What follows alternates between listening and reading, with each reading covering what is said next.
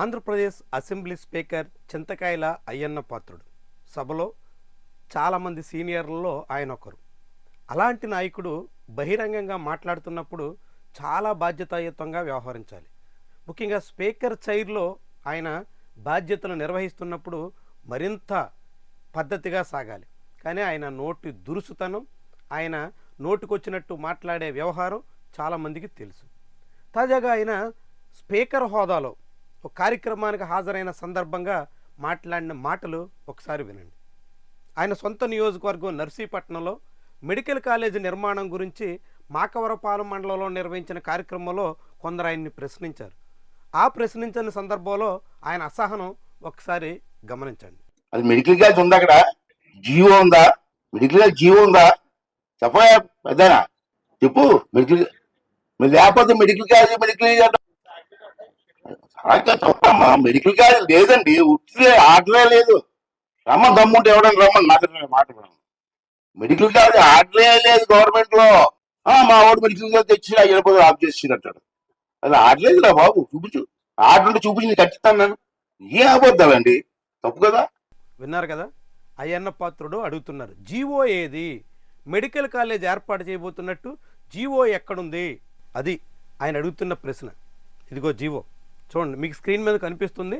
2022 August నెలలో జారీ చేసిన జీవో. అయ్యన్న పాత్రుడికి ఇది తెలియక ఇలా మాట్లాడారా, లేకుంటే అక్కడ ఉన్న జనాన్ని పక్కదారి పట్టించడం కోసం ఈ రీతిన ప్రయత్నం చేస్తున్నారా?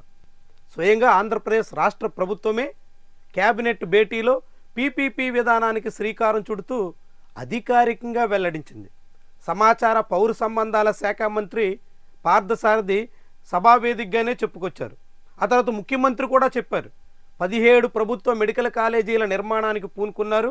అందులో ఇప్పటికే ప్రారంభించినటువంటివి పోగా మిగిలిన 10 కాలేజీలు పీపీపీ పద్ధతిలో అవలంబిస్తున్నాం అంటూ చెప్పుకొచ్చారు. అంటే 10 ప్రభుత్వ మెడికల్ కాలేజీల నిర్మాణం ప్రారంభించినట్టు అధికారికంగా ధృవీకరించారు. అది కూడా అయ్యన్న పాత్రుడు స్పీకర్గా ఉన్న సభలోనే. మరి ఈ స్పీకర్ జీవో ఎక్కడుంది? ఎవరు అనుమతితో కట్టారు? ఇలా కట్టేస్తే ఆ తర్వాత విద్యార్థుల భవితవ్యం ఏం కావాలి? ఇష్టారాజ్యంగా చేసేస్తారా? జీవో తీసుకొస్తే నేనే కడతాను. ఏంటి మాటలు? ఏంటి ఆయన మాటల మర్మం? అవగాహన లోపంతో, అరకొర జ్ఞానంతో ఒక స్పీకర్ ఏదైనా మాట్లాడొచ్చా? పబ్లిక్లో మాట్లాడుతున్నప్పుడు తనకు కొంత బాధ్యత ఉంటుంది, తను హోందాగా మాట్లాడాలి అనే విషయాన్ని మరిచిపోతే ఆయన ఏ రీతిన సాగుతున్నట్టు? ఇలాంటి ప్రశ్నలే ఇప్పుడు ఉదయిస్తున్నాయి. కేవలం నర్సీపట్నంలోనే కాదు, పార్వతీపురం, నర్సీపట్నం, అమలాపురం, పాలకొల్లు, బాపట్ల ఇలాంటి ప్రభుత్వ మెడికల్ కాలేజీల నిర్మాణం కూడా ఇంకా ప్రాథమిక దశలోనే ఉంది. కొన్ని పునాదులు, కొన్ని స్లాబుల స్థాయిలో ఇంకా కొనసాగుతున్నాయి. వాటన్నిటినీ పూర్తి చేయాల్సిన బాధ్యత ఆంధ్రప్రదేశ్ రాష్ట్ర ప్రభుత్వం మీద ఉంటుంది. కానీ ప్రభుత్వం ఆ బాధ్యత నెరవేర్చకుండా చేతులు దులుపుకునే ప్రయత్నం చేస్తుంది. అందుకే పీపీపీ పేరుతో కొత్త విధానాన్ని తెర మీదకు తీసుకొస్తుంది. ఈ పీపీపీ పద్ధతిలో మెడికల్ కాలేజీల నిర్మాణం సాగితే అనేక రకాల సమస్యలు వస్తాయన్నది జగమెరిగిన సత్యం. అందుకే జనాలు ఆ మెడికల్ కాలేజీలు ప్రభుత్వమే నిర్మించాలి అని కోరుతున్నారు. అలా స్పీకర్ని కోరడాన్ని అయ్యన్న పాత్రుడు సహించలేకపోతున్నారు. ప్రభుత్వ మెడికల్ కాలేజీ నిర్మాణం మీరు కోరతారా? అసలు అది అనుమతే లేదు, దానికి జీవోయే లేదు అంటూ బుకాయించే ప్రయత్నం చేస్తున్నారు. ప్రజల్ని పక్కదారి పట్టించాలని చూస్తున్నారు. వాస్తవాల్ని కప్పిపుచ్చే యోచనలో ఉన్నారు. తద్వారా ప్రభుత్వం బాధ్యత రహితంగా సాగుతుందనేటువంటి విషయాన్ని జనం ముందు చాటుతున్నారు. ప్రభుత్వం తన తీరులో, తన మాటల్లో, తన ధోరణిలో ఎంత అసంబద్ధంగా సాగుతుందన్నది అయ్యన్న పాత్రుడు తీరు చాటుతోంది.